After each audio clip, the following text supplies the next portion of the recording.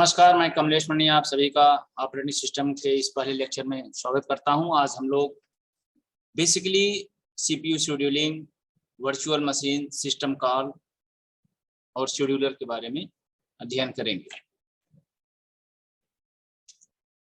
सबसे पहले definition of operating system, इसको आप लोग ऑलरेडी पढ़ चुके हैं। डिफिनीशन क्या होता है? बहुत ही सिंपल है कि ऑपरेटिंग सिस्टम जो है जनरली कंप्यूटर के मेमोरी, प्रोसेस, सॉफ्टवेयर, हार्डवेयर और बाकी जो भी रिसोर्सेज हैं इन सबको मैनेज करता है। ये यूजर और कंप्यूटर के हार्डवेयर के बीच में इंटरफेस की तरह वर्क करता है। हम ये कह सकते हैं कि बिना ऑपरेटिंग सिस्टम के कंप्यूटर जो है वो यूजलेस है, क्योंकि ऑपरेटिंग सिस्टम की मदद से सारे इंस्ट्रक्शन दिए जाते हैं। स्टार्टिंग में जब कंप्यूटर डिजाइन हुआ था तो उस समय ऑपरेटिंग सिस्टम नहीं था, तो जो इसके एक्सपर्ट रहते थे वही इसको चला पाते थे। लेकिन आज के दिन में ऐसा नहीं है कि अगर आप कंप्यूटर के हार्डवेयर के एक्सपर्ट हैं तभी नहीं चला रहे हैं। बहुत सारे लोग कुछ भी नहीं जान रहे हार्डवेयर बारे में, लेकिन इजिली ऑपरेटिंग सिस्टम की मदद से कंप्यूटर को ऑपरेट करते हैं। तो इंस्ट्रक्शन चाहे GUI बेस्ड हो चाहे कमांड बेस्ड, जब कोई यूजर देता है तो ऑपरेटिंग सिस्टम उस पर वर्क करके उस चीज को एग्जीक्यूट करता है। Types: batch operating system, time sharing जिसको मल्टीटास्किंग भी बोला जाता है operating system, multi programming operating system, distributed network operating system, real time. Batch operating system in the form of batches, instruction jobs जो है वो प्रोवाइड किए जाते हैं, जॉब्स जो दिए जाते हैं वो बैच के रूप में ही CPU को एग्जीक्यूट करता है। इसमें कोई भी शेयर नहीं रहता, कोई प्रायोरिटी अगर आ गई, कोई टॉप प्रायोरिटी का वर्क अगर परफॉर्म करना हो तो बैच ऑपरेटिंग सिस्टम वो नहीं हो सकता, क्योंकि अगर एक बार एक जॉब हमने CPU को असाइन कर दिया तो जब तक वो कंप्लीट नहीं हो जाएगा हम दूसरा असाइन नहीं कर सकते, वो चाहे कितना ही इंपॉर्टेंट क्यों ना हो।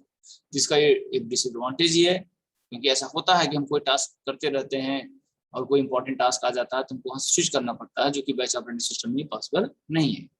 इसके लिए टाइम शेयरिंग ऑपरेटिंग सिस्टम आया, जिसको भी मल्टीटास्किंग भी कहा जाता है, जिसके द्वारा जो अलग अलग एप्लीकेशन है उसको टाइम स्लॉट में डिवाइड कर दिया गया। चाहे एक यूजर हो चाहे मल्टी यूजर हो, सब टाइम शेयर के द्वारा इस पर वर्क करते हैं। जैसे अगर हमारे पास जो सिस्टम है ऑपरेटिंग सिस्टम, उसमें हम चाहे वर्ड पे वर्क करें, ईमेल पे वर्क करें, वेब पे ब्राउजिंग करें, ये सब टाइम के अकॉर्डिंग रहते हैं और CPU को सारी चीजें टाइम स्लॉट के अकॉर्डिंग असाइन होता रहता है। तो मल्टीटास्किंग जो है ये टाइम शेयरिंग बोला जाता है। इसी तरह हमारे जो विंडोज डेस्कटॉप है ये सारे multitasking and multi programming operating system बोले जाते हैं। एक डिफरेंस भी होता है मल्टीटास्किंग और मल्टी प्रोग्रामिंग में। मल्टीटास्किंग मतलब जैसे आप वर्ड पे वर्क कर रहे हैं और उसी के साथ साथ स्पेलिंग चेकिंग चल रही है तो मल्टीटास्क हो गया। मल्टी प्रोग्रामिंग मतलब कई सारे प्रोग्राम एक साथ आप ऑपरेट कर रहे हैं। डिस्ट्रीब्यूटेड सेंट्रलाइज सिस्टम रहता है, इस पे आप लार्ज डेटाबेस पे, लार्ज सर्वर पे वर्क कर सकते हैं। इसमें प्रॉब्लम बस यही होती है कि अगर एक सेंटर फेल हुआ तो जो है पूरा सिस्टम ही कोलैप्स कर जाता है।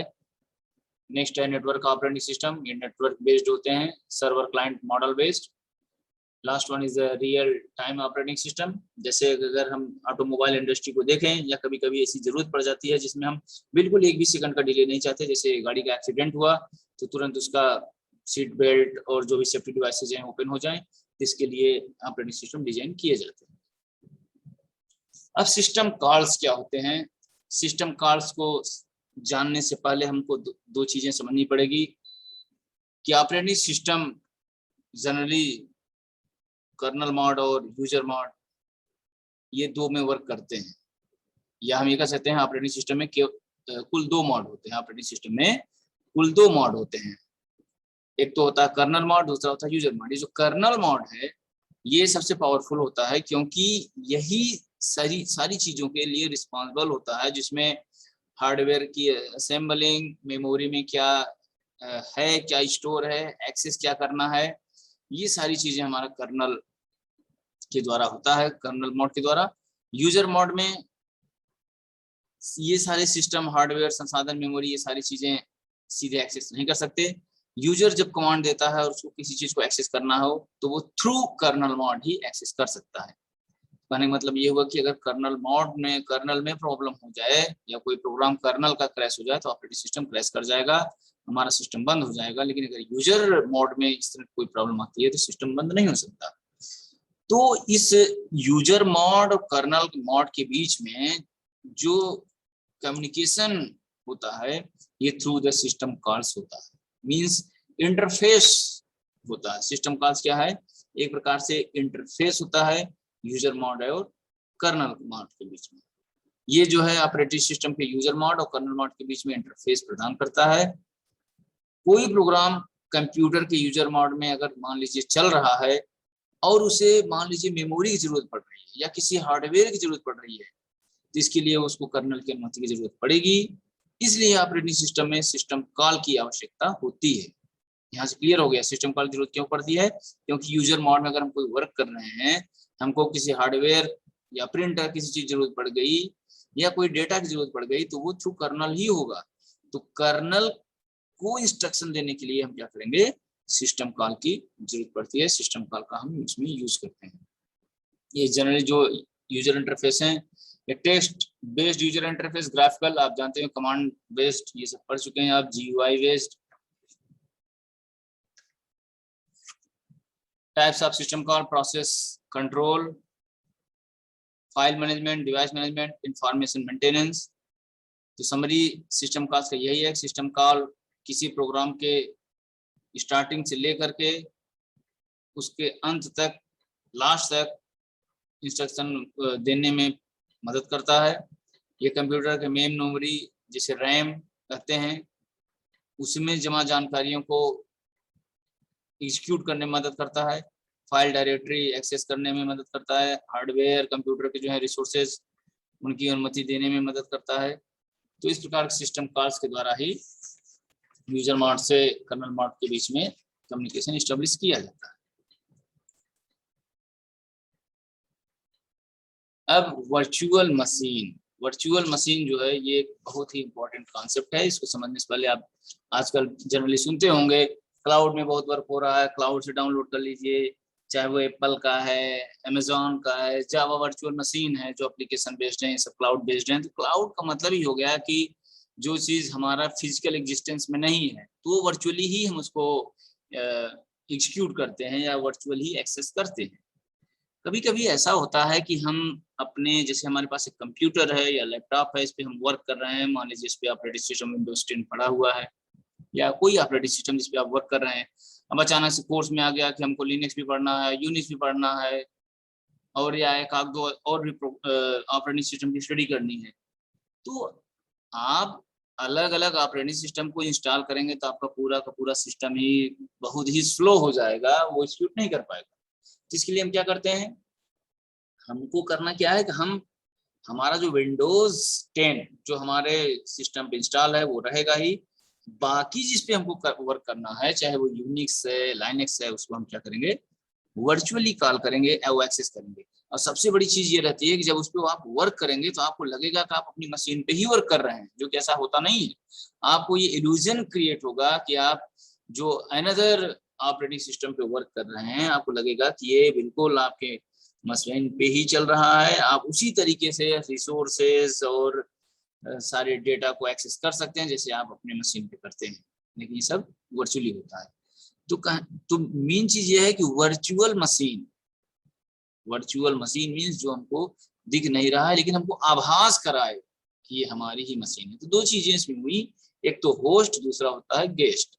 तो होस्ट मशीन मतलब हमारी अपनी मशीन, हमारा अपना सिस्टम जिसमें विंडोज पड़ा हुआ है। और गेस्ट अगर हमको किसी और ऑपरेटिंग सिस्टम पे वर्क करना है तो इसका मतलब अब ये बहुत आसान हो गया। अगर कोई ये पूछे कि आप अपने कंप्यूटर पे कितने ऑपरेटिंग सिस्टम इंस्टॉल कर सकते हैं, तो बहुत ज्यादा कर सकते हैं थ्रू वर्चुअल मशीन।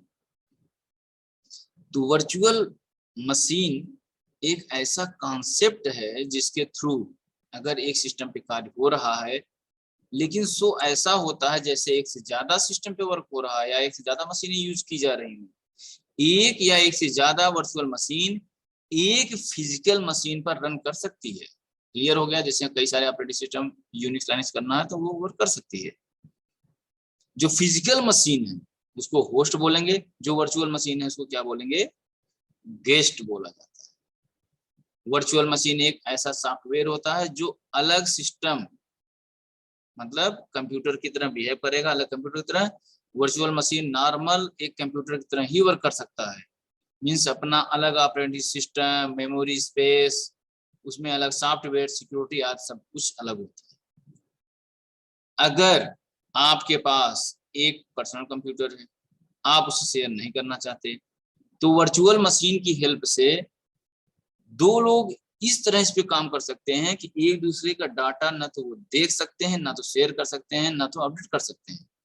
ये एक बहुत ही इंटरेस्टिंग चीज है। तो वर्चुअल मशीन इसलिए बहुत ही इंपॉर्टेंट है।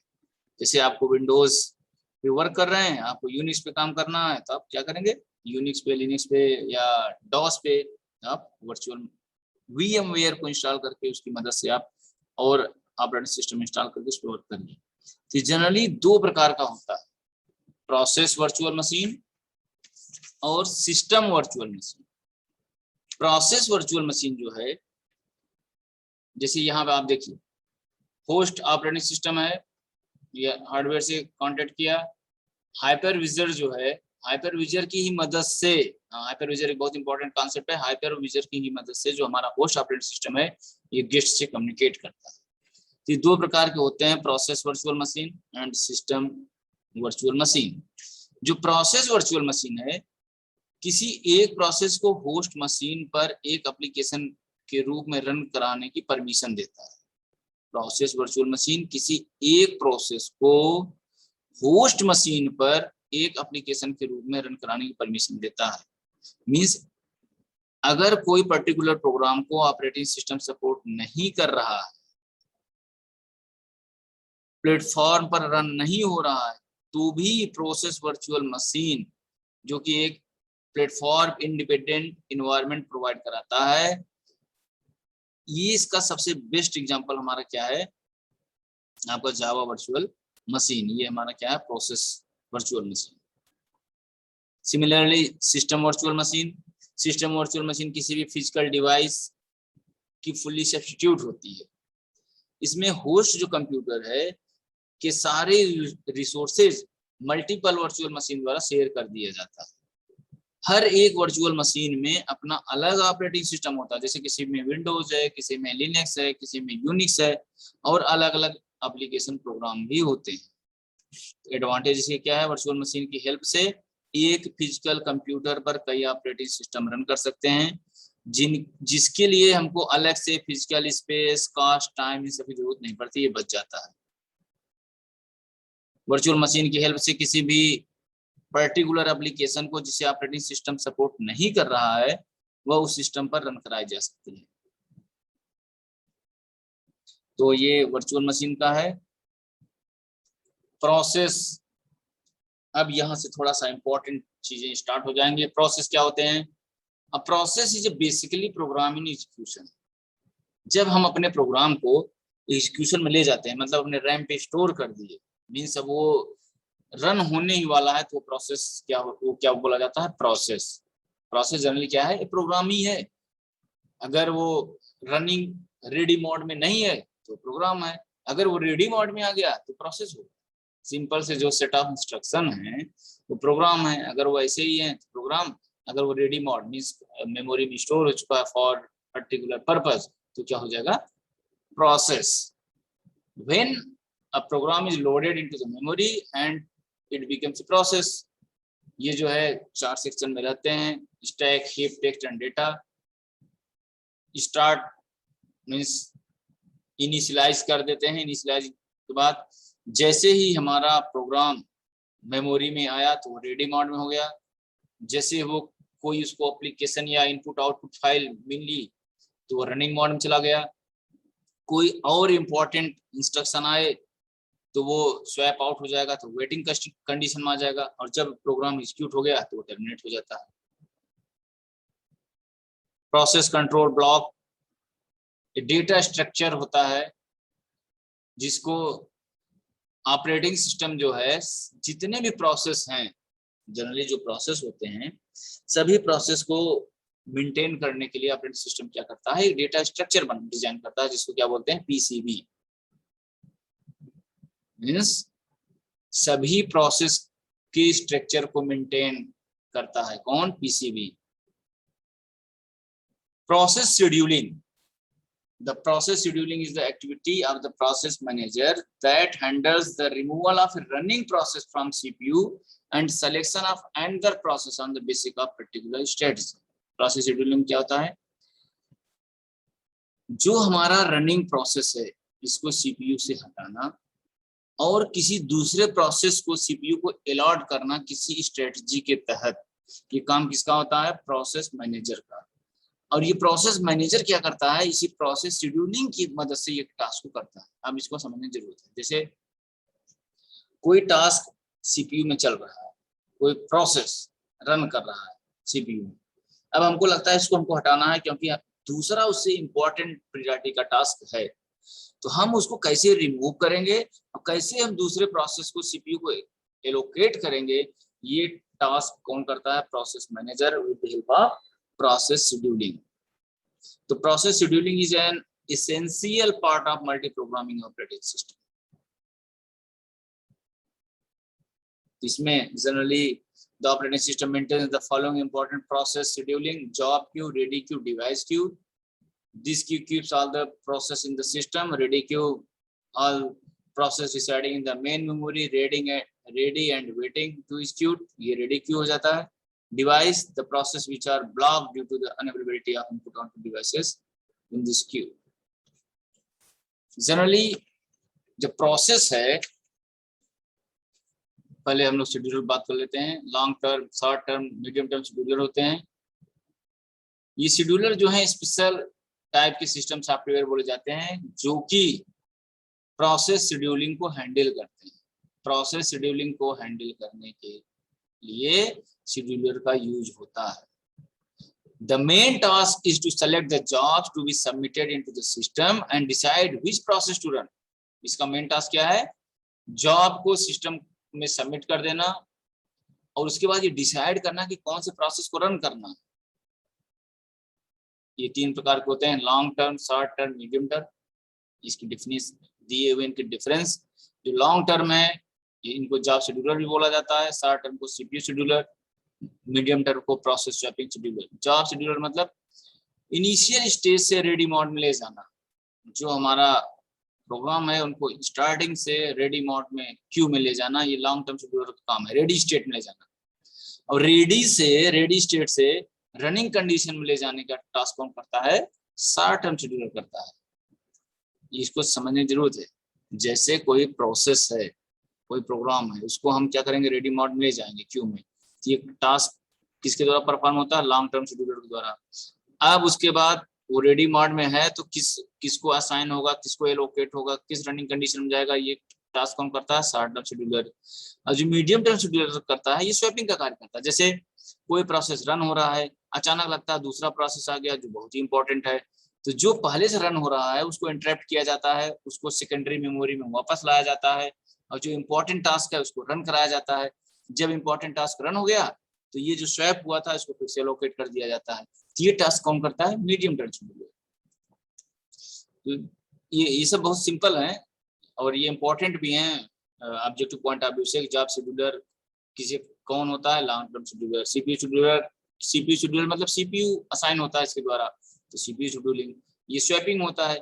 स्वैपिंग आपके मेन मेमोरी और सीपीयू के बीच में होगा। जो सीपीयू रन कर रहा है, अगर प्रोग्राम कोई टास्क ज्यादा इंपॉर्टेंट वाला है जो कि वेटिंग स्टेज में है और ऐसा प्रोसेस चल रहा है जो कम प्रायोरिटी का है, तो कम प्रायोरिटी वाले को स्वैप कर दिया जाएगा, हाईएस्ट प्रायोरिटी वाले को असाइन किया जाएगा।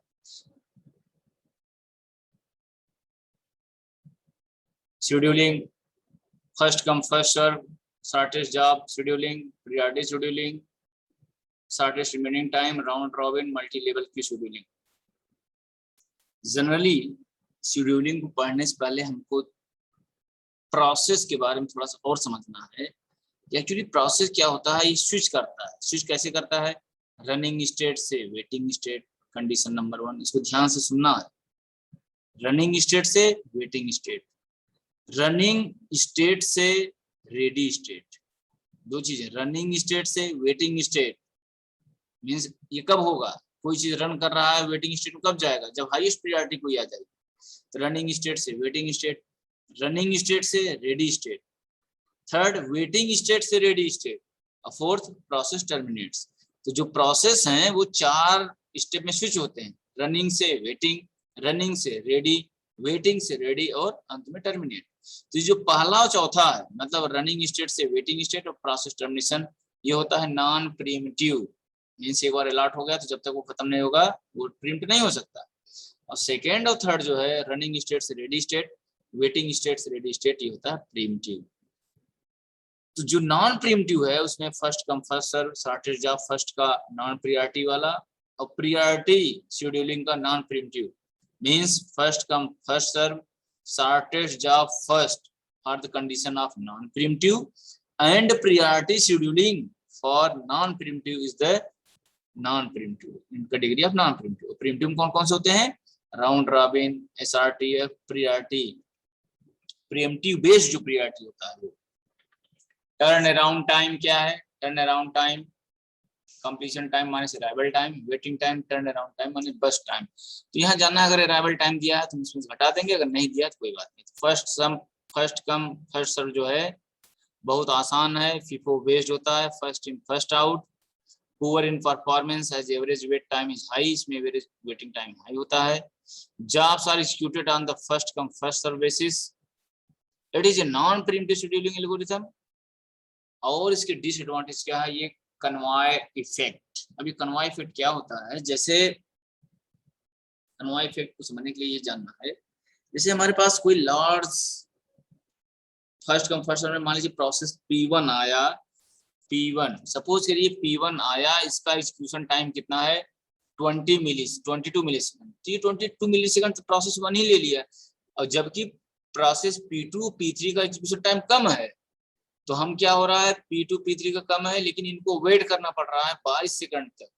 तो ये अनएक्सपेक्टेड वेटिंग है। तो कन्वॉय इफेक्ट क्या बताता है कि अगर ऐसा प्रोसेस पहले ही असाइन हो गया जो ज्यादा समय ले रहा है और उससे कम समय वाले वेट कर रहे हैं, तो ये क्या बोला जाएगा? Convoy effect. अब यहाँ पे इसका एग्जांपल आप देख लीजिए। फर्स्ट कम फर्स्ट सर्व का प्रोसेस दिया गया है, एग्जीक्यूशन टाइम दिया गया है, प्रोसेस P1 22, P2 2, P3 2। तो हम इसका गैंट चार्ट बना लेंगे, P1 P2 P3। P1 को कितना वेट करना पड़ा? अब यहाँ अराइवल टाइम नहीं है, एग्जीक्यूशन टाइम है, तो 0 सेकंड। P2 को यहाँ पे कितना है ये, क्योंकि ये नॉन प्रीएम्प्टिव है, मींस जैसे ही इसको असाइन हुआ ये पूरा टास्क कंप्लीट करेगा। 22 सेकंड तक किया तो इसको 22 सेकंड तक वेट करना पड़ा। P3 को 24 सेकंड तक वेट करना पड़ा। तो वेटिंग टाइम P1 को 0, P2 को 22, P3 को 24। एवरेज वेटिंग टाइम क्या हो जाएगा? डिवाइड बाई 1 2 3 3, ये हो गया। एवरेज टर्न अराउंड टाइम क्या हो जाएगा? 24, 22 इसका है, 24 इसका, 26 इसका, बाई 324। Shortage job next. अब ये जो कन्वॉय इफेक्ट है इसको हटाने के लिए SGF आया कि भाई जिसका बस टाइम बहुत कम है पहले वही अलॉट कर आप। तो बस टाइम देखा जाए जिसका कम है उसको हमको अलॉट करना है। तो this is shortage of first, this is non preemptive. Preemptive ये दोनों टाइप्स के होते हैं। Best approach to minimize waiting time को मिनिमाइज करने के लिए यूज होता है। ये एग्जांपल इसका दिया हुआ है। ये ना SGF का एग्जांपल नॉन प्रीएम्प्टिव के केस में है। ये नॉन प्रीएम्प्टिव का मतलब हो गया कि अगर ये प्रोसेस असाइन हो गया CPU को तो जब तक कंप्लीट नहीं होगा वो हटेगा नहीं। जैसे प्रोसेस P1, अब देखिए अराइवल टाइम यहाँ देखिए इसका 3 है, इसका 0 4 5। तो हम P1 को नहीं देंगे, P2 पहले अराइव हो रहा है 0 सेकंड, तो P2 दे दिए। अब P2 3 मिली सेकंड तक वर्क कर रहा है तो 3 हो गया, बीच में हम इसको प्रिंट नहीं कर सकते। जैसे 3 सेकंड हो गया, 3 सेकंड बाद कौन सा आ गया? P1 को अलॉट कर दिया गया। ये कितने सेकंड तक वर्क करेगा? 4, तो 3 + 4 7। अब 7 सेकंड में ये P1 P2 P3 P4 सब आ चुके हैं। P2 P1 कंप्लीट हो चुका है, बचा है P3 P4। P3 और P4 में जिसका बस टाइम सबसे कम है या जो पहले आ रहा है उसको हम अलॉट कर देंगे, तो P3 और P4। तो इस प्रकार से ये हो गया हमारा नॉन प्रीएम्प्टिव केस में। और प्रीएम्प्टिव के केस में देखिए उसको प्रिम्प्ट करना होगा। तो प्रिम्प्ट कैसे करेंगे? तो हम इसमें देखेंगे कि सबसे कम बस टाइम जिसका है पहले हमको वहां पहुंचना है। तो प्रोसेस P1 अराइवल टाइम क्या है? यहाँ पे 1 है, इसका भी 1 है, इसका। तो अराइवल टाइम P1 का और P2 का दोनों 1 1 आया, तो हम P1 को पहले स्टार्ट किए। P1 जैसे ही स्टार्ट हुआ 2 सेकंड बाद कौन आया, P1 P2, लेकिन बस टाइम किसका कम है, P1 का, तो P1 ये भी चल रहा है। 3 सेकंड जैसे कंप्लीट हुआ, P1 P2 P3 आ गए, P4 भी आ गए 3 सेकंड में। अब 3 सेकंड में P1 P2 P3 P4 आ चुके हैं, तो बस टाइम किसका सबसे कम है, P4, तो P4 असाइन हो गया यहाँ पे। तो इसी तरीके से हम इसको क्या करते जाएंगे, P1 उसके बाद P4, फिर जिसका बस टाइम कम बचेगा रिमेनिंग, चूंकि यहाँ 3 सेकंड हो चुका है, इसका 3 ही बचा, फिर P1 अगेन P3 फिर P2। तो यहाँ से एवरेज वेटिंग टाइम P1 के लिए क्या हो जाएगा 6, ये 6 माइनस यहाँ 3 प्लस 17, P2 के केस में 17 ये माइनस इसका arrival time 1 plus 3 minus 3 plus 10 minus 2, इतना हो गया। और टर्न अराउंड टाइम भी 9 प्लस 24 प्लस 15 प्लस 3, तो 9 कैसे आया, P1 का देखिए यहाँ कंप्लीट हो रहा है 10, अराइवल टाइम है 1, तो 10 माइनस 1 क्या हो जाएगा 9 प्लस P2 का देखिए P2 25, अराइवल टाइम 1, तो 25 माइनस 1 24 प्लस P3 का 17 माइनस 2 15 प्लस P4 का कंप्लीट हो रहा है 6 और माइनस 3, तो 3। प्रियोरिटी शेड्यूलिंग, प्रियोरिटी में हम क्या करते हैं, जिसकी हाईएस्ट प्रियोरिटी होती है उस टास्क को पहले असाइन किया जाता है, बाकी सेम एज इट इज है। यहाँ पे हम देखते हैं प्रियोरिटी सबसे ज्यादा किसकी है, P4 की, लेकिन P4 कितने सेकंड बाद आ रहा है 3, तो भाई 3 सेकंड से पहले, 3 मिली सेकंड से पहले हमको कुछ न कुछ प्रोसेस तो रखने पड़ेंगे। तो 0 मिली सेकंड में कौन सा आया, P1, जिसको P1 अलॉट हो गया। अब P1 कब तक वर्क कर रहा है, ये प्रीम्पटिव का, ये प्रियोरिटी का नॉन प्रीम्पटिव है, तो ये पूरा 5 मिली सेकंड तक वर्क किया। अब इस 5 मिली सेकंड में सब आ गए, प्रियोरिटी हाईएस्ट किसकी थी, P4 की, पहले P4 हो गया, P4 के बाद वर्क जब कंप्लीट हुआ तो हाईएस्ट प्रियोरिटी किसकी है, P2 की, P2, फिर चूंकि P1 हो चुका है P3 बचा है, P3। मतलब ये है कि प्रियोरिटी प्रोसेस P1 का 1 है, P2 का 2 है, P3 का 1 है, P4 का 3 है। हाईएस्ट प्रियोरिटी किसकी है, P4, फिर किसकी है, P2, highest priority P4 then P2, और उसके बाद P1 और P3 का सेम है। तो हम करेंगे क्या, क्योंकि ये प्रियोरिटी शेड्यूलिंग नॉन प्रीम्पटिव बेस्ड है, ये पहले से बताते रहे, नॉन प्रीम्पटिव मींस एक बार टास्क असाइन हुआ तो बिना कंप्लीट किए उसको छोड़ना नहीं है, वो एग्जीक्यूट टर्मिनेट नहीं होगा। तो 0 सेकंड पे P1 आया तो ये 5 सेकंड तक अपना टास्क पूरा कंप्लीट कर लिया, P1 फिनिश। अब देखिए इस 5 सेकंड में ये सारे टास्क आ चुके हैं 1 2 3, तो किसकी प्रियोरिटी हाईएस्ट है, 4 की, P4 असाइन हो गया। ये कितने सेकंड तक वर्क करेगा, 6 कंप्लीशन, तो 6 5 + 6 11 हो गया। फिर कौन सा बचा, P2 P3, कौन सा आना चाहिए, P2, क्यों, क्योंकि इसका प्रियोरिटी हाईएस्ट है, तो P2 आ गया, फिर P3। फिर लास्ट है राउंड रॉबिन। राउंड रॉबिन क्या करते हैं, हम फिक्स टाइम क्वांटम दे देते हैं, जिससे हर सेकंड बाद वो रिपीट होता रहता है, और ये इसमें कोई भी स्टारवेशन या कन्वाई इफेक्ट नहीं होता है। In this approach the CPU scheduling, in this approach of CPU scheduling, we have a fixed time quantum, and the CPU will be allocated to a process for the amount of time only at a time. अब जैसे यहाँ पे process है, ये 0 arrival time है, brush time इसका 10:58 है, तो ये 2 सेकंड का टाइम स्लॉट है, तो 0 से 2, 2 से 4, 4 से 6, ये क्या हो गया, P1 P2 P3। अब फिर से ये रिपीट होते जाएंगे, P1 P2 P3। अब यहाँ पे जब ये कंप्लीट होगा तो घटता जाएगा, तो P1 P2 P3 P1 P2 P3, ये कितने हो गए, 2 2 2 4 2 6 2 8 2 10 12। अब यहाँ से P1 P2 P3 एक बार और, देन P1, अब P2 यहाँ से कंप्लीट हो चुका है, क्योंकि 2 2 4 एंड यहाँ 1 5, यहाँ क्या हो जाएगा, P1 P3 and again P1, क्योंकि P2 यहीं कंप्लीट हो चुका था। ये हमारा क्या हो जाएगा, राउंड रॉबिन। इसके बाद हम लोग ऑब्जेक्टिव क्वेश्चन को MCQ जो इसके हैं उसको डिस्कस करेंगे। जो हमारा डिस्क्रिप्शन है उस डिस्क्रिप्शन में भी ये सब दिया गया है, और उसको हम लोग उसकी स्टडी करेंगे। Thank you very much. अपने टॉपिक से रिलेटेड जो अभी तक हम लोगों ने टॉपिक डिस्कस किया है, इससे रिलेटेड हम लोग MCQ देखते हैं, जिसमें से कि CPU scheduling algorithm, process management, system calls इससे ज़्यादा इम्पोर्टेंट है। तो जैसे क्वेश्चन नंबर 1 है, ये है which module gives control of the CPU to the process selected by the short-term scheduler. Short-term scheduler जो है dispatcher की तरह वर्क करता है। तो which module gives the control of the CPU to the process selected by the short-term scheduler? Short-term scheduler जो select करता है मॉड्यूल, उसको ट्रांसफर करने का काम कौन करता है? Dispatcher करता है। इसका आंसर क्या सही है? Dispatcher. The process that are residing in main memory and are ready and waiting to execute are kept a list called. देखिए जो प्रोसेस मेन मेमोरी में है and are ready and waiting to execute, जो execute होने के लिए wait कर रहा है, तो किस में रहेगा? हमेशा रेडी क्यू में रहेगा। जो रेडी क्यू में रहता है वही वेट करता है रन होने के लिए। the interval from the time of submission of a process to the time of completion in termed as turnaround time. Submissions ले complete होने तक के बीच का जो समय है। Which scheduling algorithm allocates the CPU first to the process that requests the CPU first? ठीक कौन सा हो जाएगा? First come first served scheduling. In priority scheduling algorithm, CPU is allocated to the process with highest priority. Yes, पहला सही है, तो आगे बढ़ने की जरूरत नहीं है। In priority scheduling algorithm, when a process arrives at the ready queue, its priority is compared with the priority of currently running process. Which algorithm is defined in the time quantum? Round robin है। Process are classified into the different groups. Different groups में किस algorithm में होते हैं? Multi level में।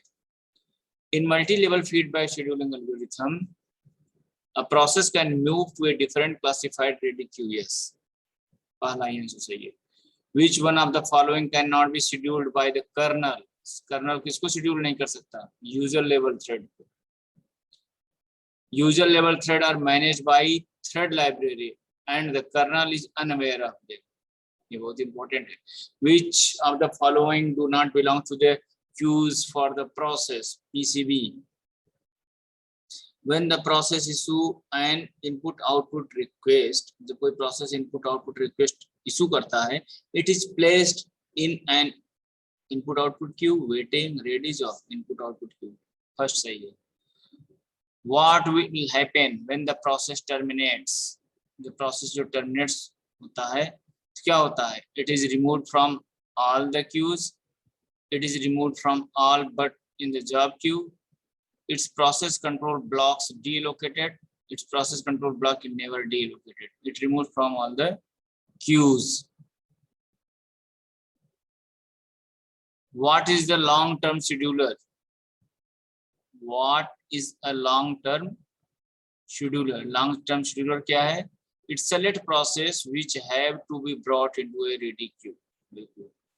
It selects process which have to brought into the ready queue. If all process input output bound, the ready queue will be almost always be dash and the short term scheduler will have a full, यहाँ full होगा, always be full, will have a lot to do.